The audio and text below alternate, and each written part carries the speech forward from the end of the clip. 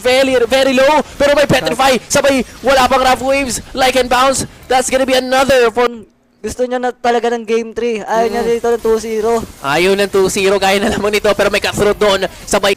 Paggamit siya ng Sperm Alpha palayo dito, pero Ogwen, nakapwesto rin dito. Who's gonna be their target? Ogwen, medyo delikado na yung buhay, pero si Sanji din medyo low. Binuwas Fury sa may bandang gitna, nahuli dito Super Marco. Pero that's gonna be Team Liquid securing in that Lord. Pero may bawi dito inside ng Falco Saber Ren. That's gonna be Kyle TZ going in for the double. Might be another kill for them, pero si Sanji mukhang makakatakas. Sige lang siyang play safe. Ayaw niya pa eh. Oh man, parang kumbaga nagdadalawang isip pa siya kung game na ba Ben, laban na ba natin to, pero this time Maranwang wala silang magiging choice kundi laban na to.